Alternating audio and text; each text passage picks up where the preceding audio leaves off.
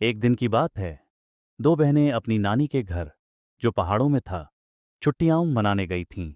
पहाड़ों पर खेलते हुए उन्होंने देखा कि एक बूढ़ा आदमी ठंड से कांप रहा है और जमीन पर बैठा है। दोनों बहनों को उस पर दया आई। उन्होंने नानी से इजाजत ली और उस आदमी के लिए खाना, कंबल और लकड़ियां ले गईं।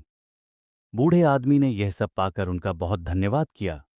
कुछ दिन बाद वहीं दोनों बहनें खेल में इतनी खो गईं कि उन्हें पता ही नहीं चला कब सुबह से शाम हो गई। अचानक आसमान पर काले बादल छा गए और तेज बारिश शुरू हो गई।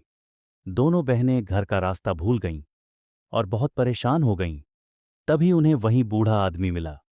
बहनों ने उससे कहा, हम रास्ता भूल गए हैं और इस बारिश में घर जाना हमारे लिए बहुत मुश्किल है। बूढ़े आदमी को रास्ता पता था। उसने दोनों बहनों को अपने साथ ले जाकर सुरक्षित नानी के घर पहुंचा दिया। घर पहुंचकर सब बहुत खुश हुए।